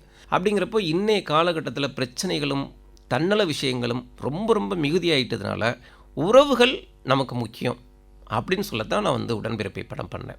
உடன்பிறப்பை பண்ணப்பவே எனக்கு வந்து கம்பெனியாக கிடைச்சது சூர்யா சாருடைய தயாரிப்பு நிறுவனம். அப்படிங்கிறப்போ அவங்க நான் 10 ரூபா கேட்டால் 100 ரூபா கொடுக்குற ஆட்கள். அது ஜோதிகா மேடமோட 50வது படம் வேறு. அப்படிங்கிறப்போ அந்த பிரம்மாண்டம் அதற்கு தேவைப்பட்டுச்சு. எனக்கு வந்து இந்த மாதிரி படங்களை விட எளிமையான படங்கள், மக்களுக்கான படங்கள் பண்ணணுங்கிறது தான் எனக்கு ஆசை. இப்போ நந்தன் வந்து பார்த்திங்கன்னா அதோடைய பட்ஜெட் ரொம்ப குறைவு, ஆனால் அது ஏற்படுற தாக்கம் மிக பெருசு. நந்தனில் தயாரிப்பு பணியும் நீங்கள்? ஆமாம், நந்தன் அதான் சொன்னேன். நான் என்னென்னா 15 தயாரிப்புகள்கிட்ட நோக்கி போகிறப்போ 15 பேருக்குமே கதை பிடிச்சிருந்துச்சு. நீங்கள் ஒரு அருமையான கேள்வி கேட்டீங்க. அதாவது கத்துக்குட்டியை வந்து நான் கமர்ஷியலாக பண்ணேன், கத்துக்குட்டி வந்து சொல்லப்போனால் ஒரு ஆவணப்படமாக பண்ணியிருக்க வேண்டிய படம். அப்போது விவசாய மக்கள்கிட்ட ஒரு விழிப்புணர்வு உருவாக்கணுங்கிறப்போ அதை நான் ஆவணப்படமாக பண்ணிடக்கூடாதுங்கிறதுல எச்சரிக்கையாக இருந்தேன். ஏன்னா ஒரு உடம்புக்கு காய்ச்சல் வரப்போ இவ்வளோ பெரிய உடம்புல ஒரு சின்ன இடத்துல தான் இன்ஜெக்ஷன் போடுறாங்க. அந்த மாதிரி ஒரு அருமையான சாக்லேட் பேப்பரை வச்சு நான் சுற்றி உள்ளுக்குள்ளே மட்டும் ஒரு ஒரு லேகியத்தை வச்சணும்னு நான் நினச்சேன். அதனால கத்துக்குட்டியை வந்து ஒரு ஆவணப்படமாக நான் பண்ணிடவே கூடாது. முழுக்க முழுக்க பக்கா கமர்ஷியல் படம். நியாயமாக நந்தன் கதையை போய்ட்டு நான் 15 தயாரிப்பாளர்கள்ட்ட சொன்னப்போ எல்லாருமே சொன்னாங்க, இது பக்கா கமர்ஷியல் கதை, இப்படி மிதிப்படுற ஒருத்தன் எப்படி திருப்பி அடிக்கிறான்னு பண்ணுங்க, அது எவ்வளோ சூப்பராக இருக்கும். அப்படிங்கிறப்ப நான் அந்த கதையுமே சொல்லி காமிச்சேன். இல்லை சார், அது உண்மைக்கு ரொம்ப விரோதமாகவும் நான் ஒரு செய்தியை திரிக்கிற மாதிரி அமைஞ்சு போயிடும். 100க்கு மேற்பட்ட பஞ்சாயத்து தலைவர்கள் இப்படி வாழ்கிற இந்த மண்ணில் அந்த உண்மையை அப்படியே எடுத்து வைக்கிறது தான் ஒரு இயக்குனராக நான் செய்ய வேண்டிய வேலை. நியாயமாக பார்த்தா இதுதான் ஆவணப்படமாக இருக்கணும். இது சசிகுமார் எங்கே வந்தாரோ அப்போவே இது எல்லாராலையும் கவனிக்கப்படுற படமாக ஆயிடுச்சு. இதை நாங்கள் வந்து எல்லார் மத்தியிலும் கொண்டு போய் சேர்க்கறதுக்கான ஆயுதம் சசிகுமாருங்கிறது. அப்போ இது ஆவணப்படமாக தான் நான் பண்ணணும். நான் பார்த்த உண்மையை தான் நான் பதிவு பண்ணணும். நியாயமாக பார்த்தீங்கன்னா சசி சாரே கூட கேட்டார். அதான் கடைசியாக வந்து அந்த பிரசிடென்ட் நாற்காலில் அவர் உட்கார மாதிரி ஷாட்லாம் நான் எடுக்கல. உண்மையாகவே நான் பண்ண மாட்டேன்ட்டேன். ஏன் சார்? நான் பார்த்த எந்த பஞ்சாயத்து தலைவரும் அந்த நாற்காலில் இன்றைக்கும் உட்காரல. இன்றைக்கும் விழுப்புரத்தில் சங்கீதாங்கிற ஒரு பிரசிடென்ட் போராடிட்டு இருக்காங்க. அந்த நாற்காலில் என்னை உட்கார விட மாட்டேங்கிறாங்க சார் அப்படின்னு சொல்லி நம்ம கண்ணு முன்னால். அப்படிங்கிறப்போ அதை நான் பண்ண மாட்டேன்னு சொன்னப்போ அவர் சொன்னார், இல்லை படம் கொஞ்சமாச்சும் நம்பிக்கையாக முடியட்டும் அப்படிங்கிறப்போ சரி. இது நான் அப்போவுமே ஒரு 20 நாள் தள்ளி போடுறேன், 30 நாள் தள்ளி போடுறேன். அப்படிங்கிறப்போ அவர் வந்து சரி ஒரு பட்ஜெட் பிரச்சனை சொல்லிட்டு ஏங்க இந்த ஒரு நாள் ஷூட்டுக்கு மட்டும் நான் பொறுப்பேற்றுக்கிறேன் அப்படின்னாரு. சரி இவ்வளவு இது பண்ணுறப்போ நம்மளும் ஒரு நம்பிக்கையாக முடிக்கலாமே அப்படின்னு சொல்லிட்டு அதை பண்ணியிருந்தேன். எனக்கு இந்த மாதிரியான படங்கள் பண்ண தான் ஆசை. லாப நோக்கம், வியாபாரம், லைஃப் ஸ்டைல் மாறுறது, அந்த விஷயங்கள்லாம் யோசிக்க மாட்டீங்களா சார்? இல்லை, லாப நோக்கம்ங்கிறது வந்து எல்லாருக்குமே இருக்குங்க. ஏன்னா நான் வந்து தனி மனிதன் கிடையாது. என்னை சார்ந்து நான் குடும்பத்தை மட்டும் சொல்லலை, என்னை சார்ந்து நட்பு வட்டத்தில் மட்டுமே குறைஞ்சது 100 பேர் இருக்கிறாங்க. அப்பா, என் நண்பனுக்கு குழந்தை பிறந்தோன்னே உடனே எனக்கு ஃபோன் பண்ணி சொல்கிறான். சொல்லிவிட்டு நல்லதுடா நண்பா, சூப்பர், என்ன நல்லதுங்கிற, பிள்ளையோட படிப்பு செலவு வரைக்கும் நீ தான் ஏற்றுக்கணும். அப்படிங்கிறப்போ நான் எந்த மாதிரியான அன்பை சம்பாரித்து வச்சுருக்கேன்னு ஒன்று இருக்குது எனக்கு. நான் எவ்வளோ பொறுப்பானவனாக இருக்கணும். இவர் நல்லவருங்க அப்படிங்கிற பேரை மட்டும் வச்சுக்கிட்டு நான் வந்து என் நண்பனோட பிள்ளையை படிக்க வைக்க முடியாது. அப்போ அந்த மாதிரி ஊரில் வீடு ஒழுகுது தம்பி அப்படின்னோடனே என் காக்குறைய எதுவும் மாத்திரம் இல்லைப்பா, மொத்தமாகவே ஓடாக மாற்றிடலாம்னு நினைக்கிறேன் அப்படின்னு யாரோ நரியங்காட்டில் இருக்கிற யாரோ ஒரு அம்மா எதுக்கு எனக்கு ஃபோன் பண்ணி சொல்லணும். அப்படிங்கிறப்போ நான் அந்த வீட்டு பிள்ளையாகவும் நான் இருக்கிறேன். அப்படிங்கிறப்போ நான் நிறைய பேருக்கு நிறைய விஷயங்களை செய்ய வேண்டிய கட்டாயமும் பொறுப்பும் எனக்கு இருக்குது. அதுக்கு நான் சம்பாதிக்கணும். இதை நான் வெளியில் சொல்ல முடியும். என் பிள்ளைங்க வாழ்க்கையை நான் வெளியில் சொல்லலாம். மற்றவங்களுடைய படிப்பையோ குடும்ப பிரச்சனையோ மற்றதை நான் வெளியில் சொல்ல முடியாது. ஆனால் அந்த 100 பேருக்கும் நான் சம்பாதிக்கணும். எனக்கு பணம் தேவை. நந்தன் நாங்கள் வந்து எவ்வளோ நஷ்டமாகுங்கிறது தெரிஞ்சு தான் பண்ணோம். ஆனால் நியாயமாக பார்த்தா நந்தன் எனக்கு அவ்வளோ பெரிய இழப்பை கொடுக்கல. நாங்கள் எதிர்பார்த்து, ஏன்னா சசிகுமார் சார் அதுக்கு சம்பளம் வாங்கலை. உண்மை இன்றைக்கி தான் உண்மையை சொல்கிறேன். நாங்களும் எங்களுடைய பட்ஜெட்டை எவ்வளவு சிக்கனமாக பண்ணணுமோ, இப்போ எனக்கு அதில் சம்பளம் கிடையாது இயக்குனராக, மற்றவங்களுக்கும் சமுத்திரங்கனி சார் ஃப்ரீயாக பண்ணார். இந்த மாதிரி இந்த கதைக்காக எல்லாரும் தங்களை வந்து அர்ப்பணிச்சுக்கிட்டாங்க. அப்படிங்கிறப்போ மற்றவங்களுக்கான செலவுகளை தான் நாங்கள் கொடுத்தோமே தவிர படமாக நாங்கள் போட்ட முதலீடு எங்களுக்கு பக்காவாக திரும்ப வந்துருச்சு. அப்போ நான் என்ன கற்றுக்கிறேன் சினிமாவில், நீ உன்னுடைய படைப்பை எவ்வளவு தரமாகவும் நேர்த்தியாகவும் குறுகிய காலத்துக்குள்ளேயும் செலவுகள் இல்லாத மாதிரி பண்ணுறியோ அந்த படம் நிச்சயமாக உன்னை காப்பாற்றிடும். அப்போ எனக்கு வந்து இந்த நம்பிக்கை வருது, நான் இதை லாபகரமான படமாகவுமே என்னால் மாற்ற முடியும். என் நந்தனுக்கு வந்து நாங்கள் என்ன இழப்பு வந்தாலும் பரவாயில்லைங்கிற மனநிலைக்கு வந்தோம். ஆனால் அடுத்து பண்ணுற படத்துக்கு நான் அப்படி இருக்க மாட்டேன். அடுத்து பண்ணுற படத்துக்கு நிச்சயமாக இந்த படம் எவ்வளோ பெரிய லாபத்தை கொடுக்கும். அதாவது அதிரி புதிரி லாபத்தை நான் எதிர்பார்க்கல. ஒரு மளிகை கடை வைக்கிறவங்க கூட மாதாந்திரம் இந்த லாபம் வரணும்னு நினைக்கிறாங்கல்ல, அந்த மாதிரி என் புள்ள பொண்டாட்டிக்கு சோறு போடுறதுக்கும் என்னையை சார்ந்தவங்களுக்கு அவங்களுடைய அத்தியாவசிய தேவைகளை நிறைவேற்றி கொடுக்கறதுக்குமான லாபத்தை நான் எதிர்பார்ப்பேன். அதுக்கான திட்டமிடலோடு தான் அடுத்த படம் நான் பண்ணுவேன். நந்தனில் வர்ற அந்த பிடிஓ மாற்றுத்திறனாளியாக காட்டியிருப்பீங்க. அதுக்கு ஏதோ ஒரு காரணம் இருக்கும், நீங்கள் சொன்னால் நல்லாயிருக்கும். எல்லாருமே அதை கேட்டாங்க. சமுத்திரக்கனி சார் பாத்திரமே அப்படிங்கிறப்பவே அது ஒரு தாக்கத்தை கொடுக்குது சார். அதை தாண்டி அவர் எந்திரிக்கிறப்ப தான் தெரியுது அவர் ஏன் மாற்றுத்திறனாளி இருக்கார் அப்படிங்கிறப்போ. அப்போ நான் என்ன சொன்னேன், 2 விஷயம் நான் முக்கியமாக எடுத்துகிட்டது அவருடைய பெயர். அதை தாண்டி இன்னொரு விஷயம், ஒரு இடஒதுக்கீடின் அடிப்படையில் ஒரு வேலைக்கு வந்தவருக்கு இடஒதுக்கீட்டோட வேல்யூ தெரியும். அப்படிங்கிறப்போ அவர் மாற்றுத்திறனாளியாக இருந்தால் ரொம்ப சிறப்பாக இருக்கும். இன்னொன்று மிக முக்கியமாக சொல்ல நினச்ச விஷயம், 2 கால்கள் நடக்க முடியாத ஒரு மனிதர் 4 பேருக்கு உதவ நினைக்கிறாரு. நல்லா இருக்க நாம் 100 பேருக்கு உதவ நினைப்போம். நம்மளால் முடிஞ்ச முயற்சியை எடுப்போம். அப்படிங்கிறத ரசிகர்கள்ட்ட கடத்த வேண்டியது என்னோட கடமையாக இருந்துச்சு. அதுதான் அவர் மாற்றுத்திறனாளியை காட்ட காரணம். Super sir. நான் உங்களை சர்வதேச சென்னை திரைப்பட கண்காட்சியில் இந்த டிசம்பர் மாதம் நான் பார்த்துருக்கேன். உங்ககிட்ட உரையாடலை உங்களை சுற்றி இருந்தவங்கள்ட்ட நீங்கள் பேசினதை நான் கவனிச்சிருக்கிறேன். உங்களோட சமூக வலைதள பதிவுகளையும் நான் தொடர்ந்து பார்வையிட்டுட்டே வரேன். ஒரு குறிப்பிட்ட வயதிலேயே நாம் வந்து ஒரு பக்குவத்துக்கும் சமூகத்துக்கான விதையாக மாறுறதும் வந்து மிகப்பெரிய லெவலில் அந்த மாற்றத்தை எல்லாராலையும் எடுத்துக்க முடியாது. அந்த மாற்றத்துக்குள்ளே உட்புகவும் முடியாது. ஆனால் உங்களுக்குள்ளே இருக்கிற இயல்பே வந்து எனக்கு மிகப்பெரிய ஒரு மாற்றமாக தெரியுது. அதுக்குள்ளே நம்மளால் பயணப்பட முடியுமாங்கிற கேள்வி. அதுதான் இந்த நேர்காணல் நான் உங்களை சந்திக்கிறதுக்கு விருப்பப்படுறதுக்குமான காரணமாக இருந்துச்சு. உங்களுடைய வாழ்க்கை எங்கே இருந்து சார் ரொம்ப கரெக்டாகவும் கடிவாளம் போட்டும் இதாகவும் மாற ஆரம்பிச்சு? ஏன்னா சினிமாவுக்குள்ளே இருக்கிறோம், ஆனால் அறம் சார்ந்து இயங்குறோம், அறச்சீற்றம் கொள்கிறோம். அப்படிங்கும்போது அது ரொம்ப பெரிய லெவலில் ஒரு எனக்கு அதை கேட்க தெரியலை. இல்லை, அதாவது ரொம்ப ரொம்ப ரொம்ப சரியான கேள்வி இது. ரொம்ப ரொம்ப ஒரு தவறான பையனா, பிற்போக்குத்தனம் கொண்ட பையனா, கூச்ச சுபாவம் கொண்டவனா, நமக்கு ஏன் இப்படி நடக்குது, எல்லாரும் நல்லா இருக்காங்க, நம்ம ஏன் இப்படி இருக்கிறோம், நம்ம குடும்பம் மட்டும் ஏன் இப்படி ஏழ்மையாக இருக்குது அப்படின்னு விரக்தி மனநிலை கொண்ட பையனாக தான் நான் வளர்ந்தேன். படிப்பிலேயே கூட இது வந்து நியாயமாக நல்லா படிக்கிறவன தானே என்னை மாற்றிருக்கணும், நான் படிக்க மாட்டேன் அப்படிங்கிற எண்ணத்தை தான் எனக்கு ஏற்படுத்தினுச்சு. எல்லோரும் நோட் புக் இருக்குது, எனக்கு இல்லை அப்படிங்கிறப்ப நான் ஏன் படிக்கணும், எல்லோரும் நல்ல யூனிஃபார்ம் போட்டு வர்றாங்க, எனக்கு யூனிஃபார்ம் இல்லை அப்படிங்கிறப்ப இந்த ஸ்கூலை விட்டு ஓடிடணும், இந்த மனநிலை தான். அப்போ நான் எந்த விதத்துலையுமே நமக்கு ஏற்பட்ட நெருக்கடிகளும் சூழலும் பிரச்சனைகளும் என்னை வந்து தகுதிக்குரியவனாக மாற்றவே இல்லை. விரக்தி மனநிலையவே எனக்கு விதைச்சிக்கிட்டே இருந்துச்சு சின்ன வயசுலேருந்தே. ஆனால் எங்கள் அப்பா ஒரு நல்ல காரியம் பண்ணார். அன்றைக்கி வந்து ரொம்ப ரொம்ப ஒரு வறுமையான வாழ்க்கை நாங்கள் வாழ்ந்தால் கூட அன்னைக்கு எங்கள் வீட்டுக்கு பேப்பர் வரும். ரொம்ப, அதாவது இருக்கக்கூட இடம் இல்லாமல் இன்னொருத்தருடைய இடத்துல ஒரு ஓசி குடிம்பாங்களா, அந்த மாதிரி ஒரு குடும்பம் நடத்தின இடத்துல கூட சாப்பாட்டுக்கு வழி இருக்காது. ஆனால் எங்கள் அப்பா பேப்பர் வாங்குவார். அப்போ அந்த பேப்பர் வாசிப்பேன். எனக்குள்ளே வந்து என்கிட்ட மண்டி கிடந்த ஆற்றாமையவும் பிரச்சனைகளையும் சரி பண்ணது வந்து என்னுடைய வாசிப்பு தான். அதுவும் தினசரி வாசிப்பு. மண்டி போட்டு வாசிப்பேன், முட்டி போட்டுக்கிட்டு மொத்த பேப்பரையும் வாசிப்பேன். அப்போ ஒரு நாளிதழ் வாசிக்கிறப்போ எனக்கு மற்ற நாளிதழ்களையும் வாசிக்கணும் அப்படிங்கிற எண்ணம் எனக்கு வருது. திரும்ப அந்த ஊருக்குள்ளே யார் யார் மற்ற பேப்பர்லாம் வாங்குறா அப்படின்னு அவங்க வீடுகளுக்கு நான் முதல் முறையாக இன்னொருத்தர் வீடு தேடி போனது பேப்பர் வாசிக்க தான். மற்றபடி வேறு எந்த இதுக்குமே எனக்கு போக தெரியாது. 1ஆம் நம்பர் தயக்கம் கொண்ட ஒருத்தனா, கூச்சமும் தயக்கமும் நிறைய இருக்கும். அதை நான் உடைக்கிறது முதல் இதே வந்து பேப்பர் வாசிக்க, அக்கா உங்கள் பேப்பர் கொடுங்களேன் நான் வாசிச்சு தர்றேன் இப்படிங்கிறப்ப தான் இன்னொருத்தட்ட பேசவே நான் ஆரம்பிக்கிறேன், ஒரு 8வது 9வது படிக்கிற காலத்துலேயே. அப்போது வாசிப்பு வந்து நம்மளுடைய எல்லா விஷயங்களையும் தகர்த்துறோம், நம்ம மனசுக்குள்ளே மண்டி கிடக்கிற மொத்த இருளையும் அது வெளிச்சமாக்கிடும். அப்படிங்கிறப்போ இன்றைக்கி நந்தன் பண்ணுறப்போ ஒரு தெளிவு வந்திருக்கு. அப்படின்னா ஒன்றே ஒன்று சொல்லுவேன், நல்லவங்களே கூட ஒரு விஷயத்தை செய்கிறாங்கன்னா பாராட்டுக்காண்டி, புகழுக்காக, இல்லை அதில் ஒரு லாபம் வருங்கிறதுக்காக, நற்பெயருக்காக அப்படின்னு. ஆனால் அது கிடையாது. நீ எப்போ நற்பெயருக்காண்டி ஒரு விஷயத்தை பண்ணுறியோ அதுவே இன்னொரு விதத்தில் நீ அடைகிற லஞ்சம் தான். அது ஒரு பிரச்சனை உன் கண்ணில் படுது, அந்த பிரச்சனை குறித்து ஆராய், அது எப்பேற்பட்ட துயரம்னு உணர். அடுத்தவன் வாங்குகிற அந்த அடி உனக்கு வலிக்குதில்ல, அதை சொல்லு. இன்னும் 4 பேருக்கு கடத்துகிற ஒரு விஷயம் மட்டும்தான் நம்ம செய்ய போகிறோம். ஒரு சின்ன கருவி தான் நம்ம. நந்தன் படத்தின் மூலமாக ஒரு பெரிய அங்கீகாரமோ புகழோ பாராட்டோ வருமானமோ கிடைச்சா கூட பாதிக்கப்பட்ட மக்களுக்கு நம்ம செய்கிற துரோகம்டாது அப்படின்னா முதல்ல படம் ஆரம்பிக்கிற நாளில் என்னுடைய உதவி இயக்குநர்களுக்கு நான் சொன்னேன்.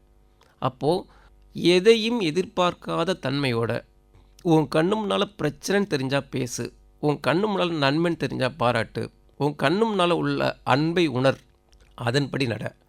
இந்த வாழ்க்கை வந்து மிகப்பெரிய ஒரு வாழ்க்கை. அதில் ஒரு இலை மாதிரி வாழ்ந்துட்டு போயிடு, யாரையும் பாதிக்காமல்.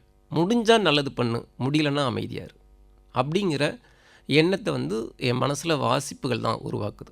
அதுக்கு அடி போட்ட எங்கள் அப்பா, அவர் வந்து ஒரு புத்தகமாகவே இருந்த மனிதர், எழுத படிக்க தெரியாத மனிதர். அவர் வந்து சின்ன வயசுலேருந்தே என்கிட்ட ஆசையற்ற தன்மையை உருவாக்குனார். 3 பெண் குழந்தைகள், நாங்கள் எல்லாம் ரோட்டை ஒட்டி இருக்கிற ஒரு வீட்டில் இருந்தப்போ பக்கத்தில் ஒரு இடம் வருது, 16,000 தான். அதை கொடுத்து வாங்கிக்கலாமே, இப்போ அவர் விற்கிறதுக்குள்ளே ரெடியாக இருக்காரே, நம்மளும் ஒரு சொந்த வீடு கட்டலாமே அப்படின்னு கேட்டப்போ நமக்கு எதுக்குப்பா இடம் அப்படின்னாரு. அது அன்னைக்கு அதிர்ச்சியாக இருந்துச்சு, இன்றைக்கி ஆச்சரியமாக இருக்குது. எப்போ நம்ம வந்தோம் வாழ்ந்தோம் கிளம்பிடணும், நமக்கு எதுக்கு இடம், நமக்கு எதுக்கு வீடு அப்படின்னு கேட்டப்பெல்லாம் இன்றைக்கி நினச்சா நான் ஸ்தம்பிப்பேன். அப்படிப்பட்ட ஒரு அப்பனோட பிள்ளை நம்ம. அப்போது நம்ம வந்து நம்மளால் முடிஞ்ச அளவுக்கு நம்முடைய தேவைகளை சுருக்கிக்கிட்டு எவ்வளவு எளிமையாக பிறருக்கு தொந்தரவு கொடுக்காத ஒரு மனிதனாக வாழ முடியுமோ அது நேர்த்தியான வாழ்க்கை அப்படின்னு தோணுது. நான் 15 வருஷம் ரிப்போர்ட்டராக இருந்தேன். அப்போவுமே பார்த்திங்கன்னா அந்த போட்டியில் ஓடுவேன். இந்த கவர் ஸ்டோரி யார் கொடுக்க போகிறா, அடுத்த கவர் ஸ்டோரி நம்ம தான் கொடுக்கணும் அப்படின்னு. ஓடுறேன் ஓடுறேன் ஓடுறேன் பார்த்தீங்கன்னா நான் கவர் ஸ்டோரி நாயகனா நான் மின்ற காலகட்டம் வந்துருச்சு. திரும்பி பார்க்குறேன் அப்படின்னா இந்த கவர் ஸ்டோரி நான் யாருக்காக எழுதுறேன், இந்த எழுத்து யாருக்கான எழுத்தாக இருக்கணும் அப்படிங்கிறப்ப தான் நான் விவசாயத்தின் பக்கமே திரும்புகிறேன். நான் எங்கே பிறந்தேன், நான் ஒரு கூலியாக பிறந்தவன். அப்போ கூலி வேலை பார்த்த எங்கள் அம்மா அக்கா அவங்களுடைய பிரச்சனை, அந்த ஊர்க்கார மக்களுடைய பிரச்சனை, அதைத்தானே நான் பேசுங்கிறப்போ விவசாய கட்டுரை எழுத ஆரம்பிக்கிறேன் நான். அப்போ நம்மளுடைய கட்டுரைகள் எப்படி இருக்கணும், நம்முடைய எழுத்துக்கள் யாருக்கானதாக இருக்கணும், நம்ம குரல் யாருக்கு ஒலிக்கணும் அப்படிங்கிற எண்ணமே வந்து எனக்கு கிட்டத்தட்ட 20-22 வயசுக்கு அப்புறம் தான் எனக்கு அந்த தன்மைகளே எனக்கு வருது. அப்போ படிப்படியாக தான் பக்குவப்படுறேன். எப்படி சின்ன வயசில் இருந்த ஒரு தாழ்வு மனப்பான்மை போக்கிக்க நான் போகிறேன்னோ அந்த மாதிரி நம்முடைய திறமையை வந்து நம்ம யாருக்கு செலவிட்டுறோம், யாருக்காக நம்ம பண்ணுறோம் அப்படிங்கிற புரிதல் வந்து 20-25 வயசுக்கு அப்பாற்பட்டு தான் எனக்கு உருவானுச்சு. அதுக்கப்புறம் சினிமாவை நோக்கி சினிமா வந்து நான் வந்து ஊடகமாக பயன்படுத்துகிறேன். சினிமா வந்து நம்ம சினிமாவில் வந்துடணும், ஜெயிச்சிடணும், சினிமா மேலே ஒரு பெரிய பிரியம் இருந்துச்சே தவிர சினிமாவுக்கு வந்து ஜெயிக்கிற ஆளெல்லாம் நான் நினச்சதும் இல்லை. சினிமாவுக்கு வர்றதுக்கான தகுதி எனக்கு கிடையாது. அப்போது மீத்தேன் பிரச்சனை பற்றி நம்ம எழுதுகிறோம் சொல்கிறோங்கிறப்ப அந்த மக்களுக்கு புரியவே இல்லை. அப்போ நம்ம என்ன பண்ணலாம், அடுத்த ஊடகம் எது, முதல்ல நம்ம வானொலியாக செய்திகளை கேட்டோம், அடுத்து டிவியில் செய்தி கேட்டோம், அதுக்கு முன்னால் பேப்பரில் செய்தி கேட்டோம். அப்போது ஊடகத்தோட வடிவம் மாறுது. இப்போ சினிமாவுமே நான் ஊடகத்தின் இன்னொரு வடிவமாக தான் நான் பார்க்குறேன், வலிமையான ஊடகமாக பார்க்குறேன். அப்படிங்கிறப்போ மீத்தேன் பிரச்சனைக்காகத்தான் நான் வந்து கத்துக்குட்டி படமே எடுக்கிறேன். அப்போது கத்துக்குட்டி ஒரு மிகப்பெரிய விழிப்புணர்வையும் விவசாயிகள் மத்தியில் மிகப்பெரிய நம்பிக்கையவும் ஏற்படுத்துது. அப்படிங்கிறப்போ நான் ஓகே, நம்மளுக்கு சினிமா கைவர ஆரம்பிச்சிருச்சு. அப்போ நம்ம இனிமேல் இதுதான் நம்ம வாழ்க்கைன்னு முடிவு பண்ணிடுறோம். அந்த வாழ்க்கையில் நம்ம வந்து நல்ல படங்கள் மட்டும் பண்ணணும், கொடூரமான காட்சிகளையோ எதையுமே நம்ம வச்சிடாமல் முடிஞ்ச மட்டும் நல்லதை சொல்லுவோம் அப்படிங்கிற ஒரு நம்மளே சரி பண்ணிக்கிற குணம். அந்த மாதிரி தான் அதை படிப்படியாக நான் கற்றுக்கிறேன். இன்றைக்குமே நான் முழுமையான ஒரு சரியான மனிதனா அப்படின்னு கேட்டால் கண்டிப்பாக கிடையாது. நிச்சயமாக இன்னும் தவறுகள் கலந்த ஒரு மனிதன் தான். கொஞ்சம் கொஞ்சமாக என்னை சரி பண்ணிக்கிட்டு இருக்கேன். அது உங்களை மாதிரி தம்பிகள் பேசுகிறப்போ, பொதுவெளியில் நம்ம போகிறப்போ, நம்ம படத்தை பற்றியோ நம்மளை பற்றியோ பேசுகிறப்போ அது இன்னும் என்னை பயமுறுத்தும். டே நீ இன்னும் கரெக்டாக இருக்கணும், அடுத்தவங்களுக்காக இல்லைனா கூட பரவாயில்ல, நீ ஒரு நம்பிக்கையை கொடுக்குற மனிதனாக வந்துட்ட, அப்போ இன்னும் உன் மனசில் இருக்கிற இன்னும் சில அழுக்குகள் இருக்குது, சரி பண்ணு, உன்னை அறியாமல் நீ சில தவறுகள் செய்கிற, அதை சரி பண்ணு அப்படிங்கிற எண்ணத்தையும் பக்குவத்தையும் ஏற்படுத்திக்கிட்டே இருக்குது ஒவ்வொரு நாளும். நீங்கள் சொன்ன விஷயங்கள் பலரோட வாழ்க்கையில் நடந்துகிட்ருக்கும். அதாவது தந்தையோட வழிகாட்டலும் அந்த அறநெறிகளும் வந்து பலரையும் நெறிப்படுத்தும். ஆனால் அவங்க வந்து சினிமா அல்லாத பிற துறையில் இயங்கிட்டு இருப்பாங்க. கவர்மெண்ட் ஜாப்போ, லாயர் படி, நான் டாக்டர் படித்தேன் நீயும் படி, பிறருக்கு சேவை செய்யின்னு இருக்கும்.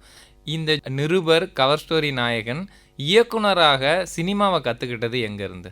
கரெக்டான கேள்வி. என்னென்னா, சினிமா வந்து ராஜபலம் நிரம்பின ஒருத்தனால தான் ஹேண்டில் பண்ணவே முடியும்.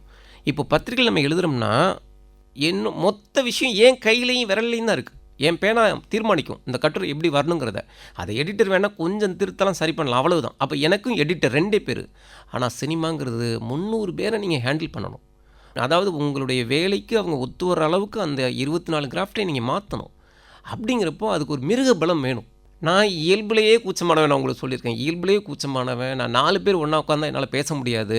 அப்படிங்கிறப்போ இதை நம்ம எப்படி ஹேண்டில் பண்ண போகிறோம் அப்படிங்கிற தயக்கம் எனக்கு நிறைய இருந்துச்சு. எனக்கு தயாரிப்பாளர் அன்வர் கபீர் வந்து எனக்கு எல்லா தைரியத்தையும் எனக்கு கொடுத்தா கூட நான் எப்படி இந்த ஸ்பாட்டில் நிற்க போகிறேன் அப்படிங்கிறப்போ ஒன்றே ஒன்று தான், நீ எதுக்காக சினிமாவுக்கு வந்த, நீ ஒரு விவசாய பிரச்சனையை ஸ்ட்ராங்காக நெத்தியில் அடித்த மாதிரி சொல்கிறதுக்கு வந்திருக்க, அப்படி சொல்ல வர நீ வந்து தயங்கலாமா?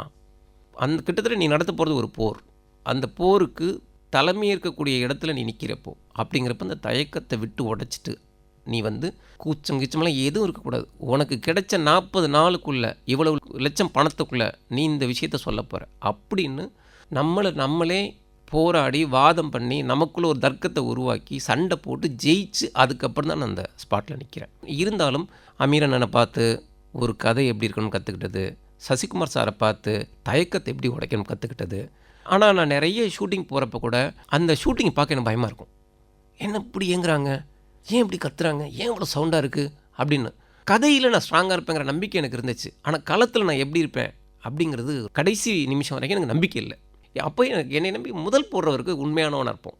என்னை நம்பி ஒருத்தர் முதல் போடுறார், அவர்கிட்ட நான் சம்பளம் வாங்கி வேலை பார்க்குறேன். அப்படிங்கிறப்போ அந்த இடத்துல நான் எதையுமே பார்க்க மாட்டேன்ல, என் உடம்பு தெரிச்சு ஓடும்ல, அந்த மாதிரி ஓடிடுவோம். அப்படின்னு கற்றுக்கூட்டில் நான் அப்படி ஓடினப்பவே எனக்கான கான்ஃபிடன்ஸ் அது கொடுத்துருச்சு. சினிமாவில் மிக மிக மிக மிக உறுதியானது, நீ பண்ணுறது முட்டாள்தனமாக இருந்தால் கூட பரவாயில்ல, அதில் உறுதியாக நில், உறுதியாக நில். மனசுக்கு அது சரின்னு தோணுதில்ல, இதுதான் வேணும் அப்படிங்கிறத நீ உறுதியாக நில் அப்படிங்கிறத என்னுடைய கற்றுக்குட்டி படம் எனக்கு கற்றுக் கொடுத்துச்சு.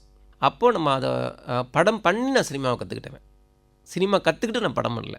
படம் பண்ணி சினிமாவை கற்றுக்கிட்டவன் இன்றைக்கும் நந்தன் பார்க்குறப்ப ஐயோ இந்த காட்சி இப்படி பண்ணியிருக்கலாமே, ஐயோ இது இப்படி நான் செஞ்சுருக்கலாமேன்னு சொல்லி நான் படம் பார்க்குறப்பலாம் நான் ரொம்ப குற்ற உணர்வுக்கு ஆளாகிடுவேன்.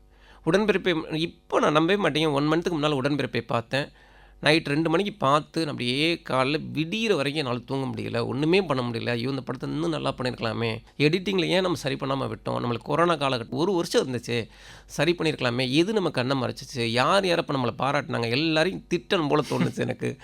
அப்படிங்கிறப்போ நம்ம படம் பண்ணி கற்றுக்குறோம். இப்போ நந்தன்லையுமே நிறைய கற்றுக்கிட்டேன். அதனால் அடுத்த படம் இன்னும் கரெக்டாக பண்ணணும் அப்படிங்கிற நம்பிக்கை எனக்கு இருக்குது. நீங்கள் மாத இதழ் நிருபராக பணியாற்றி இருந்த காலம் அப்படிங்கிறதுலேருந்து சினிமாவுக்கு வந்ததுனால அங்கே பணியாற்றிய இயக்குனர் ராஜமுருகன், அங்கே வந்து போன இயக்குனர் ஹெச் வினோத், அவங்களோட நட்பெல்லாம் இப்போ எப்படி இருக்கும்? என்றைக்குமே ராஜமுருகன் அண்ணன் தான் எனக்கு. அவர் வந்து ரொம்ப ரொம்ப தன்மையான நெஞ்சை உருக்கக்கூடிய கட்டுரைகள் அவர் எழுதிட்டு இருப்பார். நாங்கள் 2 பேருமே ஒரே மாவட்டத்துக்காரர்கள், அதனால் இன்னும் பிரியமாக இருப்போம். ஆஃபீஸே அலற அளவுக்கு 2 பேருடைய சிரிப்பு சத்தம் கேட்குதுன்னா நானும் ராஜமுருகன் பேசிகிட்டு இருக்கோம்னு அர்த்தம். அப்படி சொல்லுவாங்க ஆஃபீஸில் வச்சுங்களேன். அந்த மாதிரியான அன்பு. அப்போ அண்ணன் வந்து சினிமாவுக்கு போராடிட்டு இருந்த காலத்தில் நான் வந்து நிறைய இடத்துக்கு அண்ணன் அழைச்சிட்டு போவேன். எப்படியாச்சும் அண்ணன் சினிமாவில் ஜெயிக்கணும் அப்படின்னு நான் நினப்பேன். அண்ணனோடைய போராட்டம் பார்த்துட்டு நம்மளும் சினிமாவுக்கு போகணும் அப்படிங்கிற எண்ணம் தான் எனக்கு இருந்துச்சு. அப்போது முதல் படத்தோட ஹீரோயின்ட்டு கதை சொல்கிறப்பலாம் நான் தான் அழைச்சிட்டு போனேன் பைக்கில். இவ்வளவு அன்பா போனோன்னே அண்ணன்ட்ட நான் சொன்னது, அண்ணன் நீ படம் பண்ணுறப்போ என்ன அசிஸ்டன்ட் டேரக்டரை சேர்த்துக்கினேன் அப்படிம்பேன். ஆனால் அவர் போயிட்டு படம் பண்ணுறப்போ சொன்ன முதல் வார்த்தை, டே உனக்கு சினிமா செட் ஆகாது, உனக்கு சினிமா வேண்டாம். ஏன்? அதான் இங்கே பெரிய போராட்டமாக இருக்குடா, நீ தாக்கு பிடிக்க மாட்ட, நீ ஒருத்தன் திட்டானா நீ நில குழஞ்சிருவ. இங்கே தொடச்சி தூர போட்டு போகிறவன் தான் இங்கே நிற்க முடியும். யாராச்சும் ஒருத்தவங்க உன்னை வந்து எதாவது திட்டாங்கன்னா, நான் அப்படி தான், எனக்கு சரியாகிறதுக்கு 1 மந்த் ஆகும். இப்போ நீங்கள் எனக்கு ஒரு வார்த்தை சொல்லி திட்டிங்கன்னா நான் சரியாகிறதுக்கு 1 மந்த் ஆகிற சூழல் தான் அப்போ இருந்துச்சு. இன்றைக்கி நீங்கள் திட்டிங்கன்னா சரி தம்பி ஏதோ கோவமாக இருக்காரு அப்படின்னு சொல்லிட்டு போயிடுவேன். ஆனால் அன்றைக்கி அந்த தன்மை எனக்கு இல்லை. ஏன் திட்டினாங்க? அதான் சொல்கிறேன், பஸ்ஸில் நான் சென்னை வந்து பஸ்ஸில் ட்ராவல் பண்ணுறப்போ ஒருத்தர் திட்டார். அடுத்த நாள் நான் வந்து ஊருக்கு போகிறேன்னு சொல்லிட்டேன். அப்புறம் தான் தெரியுது சென்னையில் பஸ்ஸில் பயணிக்கிற எல்லாருமே இந்த மாதிரியான பிரச்சனைக்கு ஆளாகிட்டு இருக்காங்கிறதெல்லாம் எனக்கு ரொம்ப தாமதமாக புரிஞ்சிச்சு. பஸ்லேயே போக மாட்டேன், நடந்தே போவேன். எப்படி என்னை ஒருத்தன் திட்டினா? நான் ஒன்றுமே பண்ணலையே, நான் எதுக்காக என்னை ஒருத்தர் இப்படி திட்டினாரு? அது யாரோ ஒரு குரல், அவருக்கு என்ன பிரச்சனையோ அதெல்லாம் உணர்ந்து பார்க்குற தன்மை அப்போ கிடையாது. அப்போ ராஜமுருகன் சொன்னேன், டேய் நீ தாங்க மாட்டேன், நீ பத்திரிகை துறையிலே நல்ல பொசிஷனில் இருக்க, அப்படியே இருந்து அப்படிங்கிறப்போ ஓகே ரைட், அண்ணன் சொல்கிறது தான் கரெக்டு அப்படிங்கிற மாதிரி. வினோத் வந்து என்னென்னா, வினோத் வந்து என்னை சந்திக்க வர்றாரு, ஒரு போலீஸ் கதையோடு வர்றாரு, சூப்பரான போலீஸ் கதை. அதை கேட்டுட்டு நான் என்ன சொல்ல போகிறேங்கிறப்ப அவர் சொன்னேன்னு நான் சொல்கிறேன், பண்ண வேண்டிய எல்லா போலீஸ் கதைகளையுமே விஜயகாந்தும் அர்ஜுனும் பண்ணி முடிச்சிட்டாங்க. இதை தாண்டி இதில் நம்ம என்ன பண்ண போகிறோம் அப்படிங்கிறப்போ நான் ஒன்று சொல்கிறேன், வினோத் தப்பாக எடுத்துக்காதீங்க. ஒரு எம்எல்ஏ கொல்லப்பட்டார், அவரோட கொன்னவங்களை போயிட்டு ராஜஸ்தான் போயிட்டு நம்ம போலீஸ் பிடிச்சிட்டு வந்தாங்க. அது பயங்கரமான கதை. அதை பண்ணோம்னா இது வரைக்கும் பண்ணாத ஒரு கதையாக இருக்கும், நீங்கள் பார்க்குறீங்களா அப்படின்னோடனே, சார் ரெடி சார் அப்படின்னாப்புல. அப்போ நான் வந்து அவரை அழைச்சிக்கிட்டு அப்போ புறநகர் கமிஷனர் இருந்தவரை போய் பார்க்க போயிட்டு அந்த ராஜஸ்தான் சம்பவத்தில் போய் சொல்லுங்கள் சார் அப்படின்னு சொல்லி எல்லாத்தையும் சொல்கிறாங்கன்னா அப்போ நானே வியப்பாக இருந்தேன். அது இன்னும் வியப்பாகுது அவருடைய சொல்கிற சம்பவங்கள் எல்லாமே. அந்த கார்த்தி சார் மணல்லேருந்து வெடிச்சு உருவாப்பாங்க, இதெல்லாம் அவங்க வீடியோ பதிவாகவே காட்டுறாங்க எங்களுக்கு. இது எல்லாத்தையும் இது பண்ணுறப்போ அப்போது வினோத் சொன்னேன், இது சம்மந்தமாக சேகரிங்க, இது பண்ணுங்க அப்படிங்கிறப்போ, அதாவது விரல் காட்டினது தான் நான் மொத்தமாக அதுக்காண்டி தண்ணியை அர்ப்பணிச்சுக்கிட்ட அந்த வினோத்தோட உழைப்பு இருக்குல்ல. இன்னைக்கு கூட என்கிட்ட சில பேர் கேட்பாங்க, அப்படி அந்த தீரன் கதை பண்ண நீயே பண்ணியிருக்கலாமே அப்படின்னு. என்னால் பண்ணியிருக்க முடியாது, அதுவும் வினோத் அளவுக்கு பண்ணியிருக்கவே முடியாது. அப்போ தேடுறாப்புல அலைகிறாப்புல எத்தனை 6 மாதம் 7 மாதம். அப்புறம் சொல்கிறாப்புல, சார் இந்த மாதிரி வந்து இன்னொரு இன்ஸ்பெக்டர் ஒருத்தர் இருக்காராம் சார், அவருக்கு இன்னும் தெரியுமா, அப்போ அவர் தேடி அலைகிறோம். அப்போ ஜெயக்குமார்னு ஒரு டிசி இருக்கார் சார், அவரை பார்க்க அலைகிறோம். இன்னொரு எஸ்பி இப்போ கூட சிபிசிஐடியிலேருந்து ஓய்வு பெற்றார், அவர் பார்க்க அலைகிறோம். எல்லாம் அலைஞ்சு அவர் தேடி எல்லாம் பண்ணி 8 மாதத்துக்கு மேலே அலைஞ்சு அந்த கதையை உருவாக்குறாரு. அப்போது ஒரு விஷயத்தை சொல்லணும்னா நீ எவ்வளவு நாயா பேயா அலையணும், அந்த விஷயத்துக்கு நீ எவ்வளவு அர்ப்பணிக்கணும் அப்படிங்கிறத இன்றைக்கும் நான் வினோத்திட்ட பார்த்து ஆச்சரியப்படுற விஷயம். ஒரு விஷயத்தை கேட்டார், நம்ம சொல்ல ஆரம்பித்தோம்னா, நீங்கள் இப்போ பேசுகிறீங்க, இப்போ நம்ம பேட்டியே போதும் எவ்வளோ நேரம் கேட்கலாம், அதிகபட்சம் 1/2 மணி நேரம். ஆனால் வினோத் ஒரு விஷயத்தை என்கிட்ட கேட்டார்னா நான் 4 மணி நேரம் பேசுவேன். அப்போவுமே அதில் ஒரு கேள்வி கேட்டுகிட்டே இருப்பார், ஐயோ இதுக்கு மேலே இதில் சொல்கிறதுல விஷயமே இல்லையா அப்படிம்பேன். இல்லை அப்புறம் வந்து அது ஒன்று சொன்னீங்கல்ல அப்படின்னு. அப்போ தான் பாரு, என்கிட்ட மட்டும் இல்லை யாருக்கிட்ட போய் பேசினாலுமே ஒரு விஷயத்தை துளாவுறார் அப்படின்னா அவ்வளோ நேரம் அவ்வளோ டீட்டெயிலாக. அப்போ ஒரு படத்துக்கு நம்ம இவ்வளோ உழைக்க வேண்டியிருக்குமா, எப்போ பயங்கரமாக இருக்கே அப்படின்னா அப்போ தான் சொல்லுவார், இல்லை சலித்து எடுத்து கொடுக்கணும் நம்ம ரசிகன்ட்ட. நமக்கு உமியும் புழுதியும் அரிசியமாக தான் வரும், அதை நம்ம அவனுக்கு சலித்து எடுத்து நெல்மணிகளாக அவனுக்கு கொடுக்கணும். அப்போ நம்ம இந்த போராட்டம் போராடணும், அப்போ தான் நெல்மணிகளை மட்டும் அவனுக்கு கொடுக்க முடியும். இல்லைன்னா பதரையும் சேர்த்து கொடுத்துருவோம். அப்போ நம்ம செலவிடுற ஒவ்வொரு துளி நேரமும் ரசிகனை நான் இன்னும் 1% உயர்த்துறேன் அப்படின்னு அர்த்தம் அப்படின்னாரு. இன்றைக்கும் சொல்கிறேன், சினிமாவில் என்னாலலாம் அந்த மாதிரி உழைக்கவே முடியாது. அதிகபட்சம் 1 மணி நேரம் நம்ம புத்தகம் வாசிச்சேன்னா பெரிய விஷயம். மூடி வச்சுட்டு நான் வேறு வேலை பார்த்துட்டு தான் அந்த புத்தகத்தை வாசிக்க முடியும். ஆனால் இன்றைக்கும் ஒரு புத்தகத்தை எடுத்தால் முடிக்கிற வரைக்கும் வாசிக்கிறவர் வினோத். ஒரு மனிதர்கிட்ட பேசினா அதிகபட்சம் அரை மணி நேரம் பேசினா எனக்கு போர் அடிச்சு போயிடும். சரி தெளிவா வாங்க ஒரு காஃபி குடிச்சிட்டு அப்புறம் பேசலாம் அப்படின்னு அதை மடைமாற்றிக்கிட்டே இருப்பேன், தவிர்க்க பார்ப்பேன். நாளைக்கு பார்க்கலாமா அப்படின்னு கழட்டி விடுவேன். ஆனால் 12 மணி நேரம் ஒரு மனிதர்கிட்ட தொடர்ந்து பேசிகிட்டே இருந்தார் வினோத். கண்ணகி கோயில் சம்மந்தமாக ஒரு இடத்துக்கு நாங்கள் போனோம். அப்போ ஒரு வழக்கறிஞரை பார்த்தாரு. 12 மணி நேரம் நான் என்னால் உட்காரவே முடியல. அந்த 12 மணி நேரத்தில் நான் ஒரு 25 தடவையாச்சும் எந்திரிச்சு போயிட்டு அங்கேயும் இங்கேயும் உலாத்திட்டு ஃபோன் பேசிட்டு அப்படி வந்திருப்பேன். திரும்பி வந்தப்போ கூட அந்த 12வது மணி அன்னைக்கு அந்த டைமில் கூட நான் பார்த்தது, முதல்ல அந்த சந்திப்பை அவர் தொடங்கினப்போ எவ்வளவு எனர்ஜியோடு பேசிகிட்டு இருந்தாரோ அதே எனர்ஜியோட 12வது மணி நேரத்தோட இறுதியிலையும் பேசிகிட்டு இருந்தார். அது எது அப்படி தூண்டுது அப்படிங்கிறப்ப தான் பார்த்தா சினிமாவுக்கு அப்பேற்பட்ட அர்ப்பணிப்பு, அப்பேற்பட்ட பெரும் உழைப்பு தேவைப்படுது. அப்போ அதை நம்ம கற்றுக்கணும். நம்ம இன்னும் நம்ம மனநிலையை ஒருநிலைப்படுத்த இன்னும் நம்ம பெருசாக உழைக்கணும் அப்படிங்கிறத இன்றைக்கும் எனக்கு ஒவ்வொரு நாளும் என் நண்பன் வினோத் போதிச்சுக்கிட்டே இருக்கான். இப்போது விஜய் சார் படம் பண்ணுறாப்புல நான் அன்றைக்கி ஒரு வாரத்துக்கு முன்னால் வீட்டில் போய் பார்த்தப்போ அரசியல் சம்மந்தமாகவோ சினிமா எதுவுமே என்கிட்ட அவர் பேசலை. எல்லாத்தையும் என்கிட்ட கேட்பாப்புல. ஆனால் அன்றைக்கி கேட்கல. ஏன் அப்படின்னா நான் ஒரு படம் பண்ணிகிட்ருக்கேன். இந்த புறக்காரணிகள் எதையும் என் காதுக்கு கொண்டு வராத, வந்தியா பாத்தியா பேசிய கிளம்பிடு. ஒரு சின்ன சம்பவம் மட்டும் சொல்கிறேன். ஒரு கதை சம்பந்தம் பேசிகிட்டு இருக்கோம். எனக்கு ஒரு ஃபோன் வருது. அது ஒரு உதவி கேட்குற ஒரு நண்பருடைய ஃபோன். என்னால் கட் பண்ண முடியல. அப்போ எடுத்து பேசிவிட்டு நான் ஒரு சந்திப்பில் இருக்கேன், நான் தம்பி நான் வந்து பார்க்குறேன்னு சொல்லிட்டு வைக்கிறேன். திரும்ப வினோத் அதை கவனிக்கிறாப்புல. அப்போ சொல்கிறாரு, 24 மணி நேரம் பத்தாது அப்படின்னு இயங்குறவங்களாலேயே சினிமாவில் ஜெயிக்க முடியல. நீ படம் பண்ணுறத பார்ட் டைம் ஜாபாக வச்சுருக்க, இல்லை முக்கியமான ஃபோன் அப்படின்னு நான் சொன்னேன். அப்போ நம்ம பேசுகிற கதை முக்கியம் இல்லையா? இப்போ உன்னோட கதையை நான் பேசிகிட்டு இருக்கேன். என்னோடய நேரத்தை ஒதுக்கி உன்னோட கதையை நான் பேசிகிட்டு இருக்கேன். எனக்கு வந்து எல்லா ஃபோனையும் நான் தவிர்த்துக்கிட்டு தான் இருக்கேன். ஆனால் உனக்கு வந்து ஒரு ஃபோனை நீ எடுக்கிற. அவனோட பிரச்சனை நீ 1000 சொல்லலாம். இந்த ஸ்கிரிப்டை விட அவன் முக்கியம்னா அவன் பிரச்சனைகள் போயிரு, ஸ்கிரிப்டை விட்டுரு. அவனை விட ஸ்கிரிப்ட் முக்கியம்னா அந்த அவன்கிற லிஸ்ட்டில் உன்னுடைய எல்லாத்தையும் கோத்து தனியாக தொங்க விட்டுரு. ஸ்கிரிப்டு தான் முக்கியம். இந்த எழுத்தும் இந்த உண்மையும் இந்த கதையும் தான் எனக்கு முக்கியம். இதை தாண்டி தான் மற்றதெல்லாம் அப்படிங்கிறப்போ உனக்கு எப்போ ஓய்வு நேரம் கிடைக்குதோ அப்போ பேசு. அது வரைக்கும் இந்த ஸ்கிரிப்டுக்குள்ளேயே கெட அப்படின்னாரு. இதெல்லாம் வந்து சினிமாங்கிற ஒரு விஷயத்தை நோக்கி வர்றவங்க தெரிஞ்சுக்க வேண்டிய மிக முக்கிய உண்மை. கடல் அளவு உழைப்பை நீங்கள் போட்டு ஒரு டம்ளர் தண்ணி குடிக்கிற மாதிரி தான் சினிமா. அதை கற்றுக் கொடுத்தது வினோத். பேச வார்த்தையே இல்லை, அறிவு திறப்பு மாதிரி. நான் மைண்டில் என்னெல்லாம் இருக்கோ அதெல்லாம் உதறிட்டு உட்காரு அப்படிங்கிற மாதிரி இருந்தது. சார், இப்போ உங்களுக்கு 3 படங்கள் பண்ணியிருக்கிறீங்க. சினிமாவில் பொதுவாக சொல்லுவாங்க, சினிமாவில் இருக்கிற எல்லாருக்குமே உளவியலாக ஒரு ஒரு ஒரு சின்ன ப்ரெஷர் அழுத்தம் இருந்துக்கிட்டே இருக்கும். அடுத்த வாய்ப்பு, அடுத்த ஊதியம், குடும்பத்தை ரன் பண்ணுறது, பல பேருக்கு பதில் சொல்கிறது, கேமரா கிட்ட இருக்கிற வரைக்கும் தான் எல்லாம். கேமரா இல்லாமல் வீட்டில் இருக்கும்போது ஒரு அழுத்தம் இருந்துக்கிட்டே இருக்கும். நீங்கள் அதை ஹேண்டில் பண்ணியிருக்கீங்களா? இந்த 3 படைப்புனால் மனநிறைவை அடைய முடியுதா? இல்லை சார், நான்லாம் வந்து சினிமாவுக்குள்ளே வருவேனாங்கிறதே எனக்குலாம் பெரிய ஆச்சரியமாக இருந்துச்சுங்க. அதனால் சினிமாங்கிறது என்னை வந்து அப்படியே நீ 1000 தவறுகள் உள்ள குழந்தையா இருந்தாலும் பரவாயில்லன்னு சொல்லி என்னை சினிமாங்கிற தாய் கட்டி அரவணைச்சிக்கிட்டு அவளோட மடியில் கிடந்து புரள்றேன். நான் அப்படி தான் நான் உணர்வேன். நான் 3 சினிமா பண்ணியிருக்கேன் அப்படிங்கிறதே எனக்கு மிகப்பெரிய விஷயந்தான். இதில் இன்னொன்னே சேர்த்துறேன், நீங்கள் படங்கள் வேகமாக பண்ணுறோம் நீங்கள் நினைக்கிறீங்களா, இல்லை ரொம்ப இடைவெளி எடுத்துக்கிறோம் சீக்கிரம் பண்ணணும்னு நினைக்கிறீங்களா? இல்லை, நான் கற்றுக்குட்டி பண்ணி 5 வருஷம் கழிச்சு தானே அடுத்த படம் பண்ணேன். நான் சுத்த சோம்பேறிங்கண்ணா. வினோத் மாதிரியான ஆட்கள்கிட்ட பழகினா கூட எனக்கு வேகம் வராது. நான் வந்து ஒரு டெட் ஸ்லோ ஆள். ஆனால் இன்னைக்கு நந்தன் பண்ணதுக்கப்புறம் நம்ம சில விஷயங்களை சொல்லணும், நிறைய கதைகள் பண்ணணும் அப்படிங்கிற ஒரு உத்வேகம் என்னை ஓட வைக்குது. ஆனால் நான் ஒன்றே ஒன்று சொல்கிறேன், ஒரு படம் பண்ணுறப்பவே நம்ம இன்னும் 4 ஆஃபீஸில் கதை சொல்லி ஓகே பண்ணிக்கிட்டு இருக்கோம். அது கிடையாது எனக்கு தெரிஞ்ச சினிமா.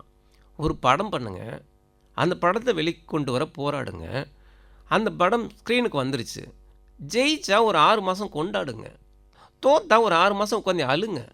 ஒரு படைப்பு உங்கள் புள்ள, அதாவது ஜெயிச்சிருச்சுன்னா உடனே இந்த ஒரு கம்பெனியில் போய்ட்டு அட்வான்ஸ் போட்டு அடுத்த படத்துக்கு ஓடனா அந்த வெற்றியை எப்போ நீங்கள் கொண்டாடுவீங்க? அந்த படம் சரியாக போகல, தோத்துருச்சு அப்படின்னா அந்த தோல்வி நினச்சி எப்போ அழுவீங்க? உட்காந்து ஒரு 6 மாதம் உட்காந்து பிடிச்சி அழுவுங்க. அப்போ எத்தனை பேர் அந்த படத்தை பார்த்து கொண்டாடி இருப்பாங்க, எத்தனை பேர் திட்டியிருப்பாங்க அப்படிங்கிறத சும்மா ஒரு அலசி பாருங்கள். இல்லை எதுவுமே பண்ண தொல்லையா, ஒரு 6 மாதம் சும்மா வச்சு உட்காரு. நீ சரியில்லாத படைப்பை கொடுத்ததுக்கு உனக்கு 6 மாதம் தண்டனையாச்சும் உண்டா இல்லையா? அப்படி நான் எனக்கு சொல்லிக்கிறது சொல்கிறேன். ஒரு படைப்பை நீ தோல்வி படைப்பாக கொடுத்துட்ட, சில பேருக்கு பிடிக்காத படைப்பாக கொடுத்துட்டேன்னா அதுக்கான பனிஷ்மெண்ட் 6 மாதம் வீட்டில் உட்காரு. அடுத்த கதையெல்லாம் சொல்ல ஓடாத, இன்னொரு தயாரிப்பாளர் தேடி ஓடாத.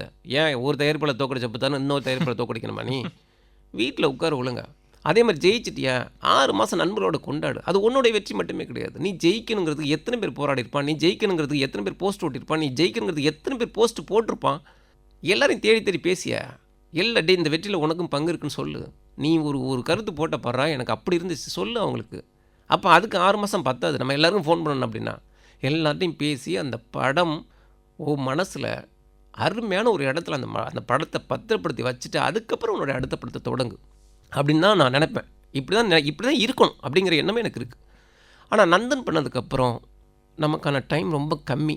அப்படி ஏன்னா நம்முடைய ஆரோக்கியம் இவ்வளவு ஒர்க் ப்ரெஷரை தாங்கக்கூடிய அளவுக்கு என்னுடைய உடல் சக்தி கிடையாது.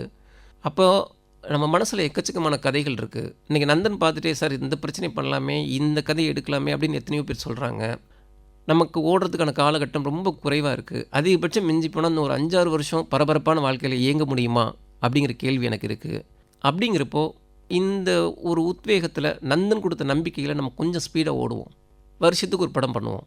ஒரு 3-4 வருஷம் தாக்கு பிடிச்சி நின்றுட்டு அதுக்கப்புறம் நம்ம ஒரு வாழ்க்கை வாழணும்னு ஆசைப்படுவோம். ஒரு அமைதியான என் குடும்பத்துக்கு நான் எப்போவுமே ரொம்ப முக்கியத்துவம் கொடுப்பேன். என்னை வந்து என் பொண்டாட்டி கோண்டு அப்படிம்பாங்க. அந்த அளவுக்கு என் பொண்டாட்டியோட வாழை பிடிச்சிட்டே தெரிகிற ஒருத்தன் நான். அப்போது என் பொண்டாட்டிக்கும் என் பிள்ளைங்களுக்கும் நான் வந்து முக்கியமான ஒரு ஆளாக நான் இருக்கிற பல தருணங்களை நான் இழந்துட்டேன். அப்போ நான் அவங்களோட நான் ஸ்பெண்ட் பண்ணணும். எனக்கு அதுக்கு ஒரு நல்ல ஒரு ஓய்வான காலம் தேவை.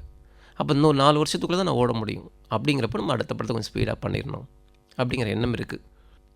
அதுக்காக இன்றைக்கும் நான் நந்தன் சம்மந்தமான பேச்சுவார்த்தைகள் தான் இருக்கேன்னு வச்சுக்கோங்களேன். இன்றைக்கும் நந்தன் சம்மந்தமான இன்னும் ஒரு கலந்துரையில் இருக்க மாதிரி நேற்றும் நந்தன் சம்மந்தமாக தான் இருக்கேன். அடுத்த படத்தை நோக்கி நம்ம வந்து அடியெடுத்து வைக்கணும் அப்படிங்கிற ஒரு தேவை இருந்தால் கூட நந்தனை நான் விட்டுறலை, இறக்கி விடல. என் மடியில் தான் இருக்க அந்த குழந்தை. வருஷத்துக்கு ஒரு படம் பண்ணோம்னா இந்த ஒரு 4 வருஷத்தில் என்னுடைய மொத்த கனவுகளில் ஒரு கால்வாசி கனவை நிறைவேற்றின ஒரு நம்பிக்கை இருக்குன்னு நினைக்கிறேன். நிச்சயமாக சார், எங்களுக்கு உங்கள் மேலே மிகப்பெரிய நம்பிக்கை இருக்குது. தொடர்ந்து உங்கள் படைப்புகள் வெளியாகும். அது சமூகம் சார்ந்து மிக முக்கியமான பேசு பொருளாக இருக்கும். அதை எவ்வளோ அறத்தோடு நீங்கள் கையாளுறீங்க அப்படிங்கிறதுக்கு உங்களுடைய முந்தைய படங்கள் கத்துக்குட்டி, உடன்பிறப்பே, நந்தன் உதாரணம். தொடர்ந்து உங்கள் படைப்புகள் வெளிவர அகில இந்திய வானொலி சார்பாக வாழ்த்துக்கள். இந்த நேர்காணலுக்கு முதல்ல நான் தொடர்பு கொண்ட நிமிடத்திலிருந்து இப்போ வரைக்கும் நீங்கள் உங்கள் பணிகளை ஒத்தி வச்சுட்டு வந்ததுக்கு மிகப்பெரிய நன்றி சார். மிக்க நன்றி.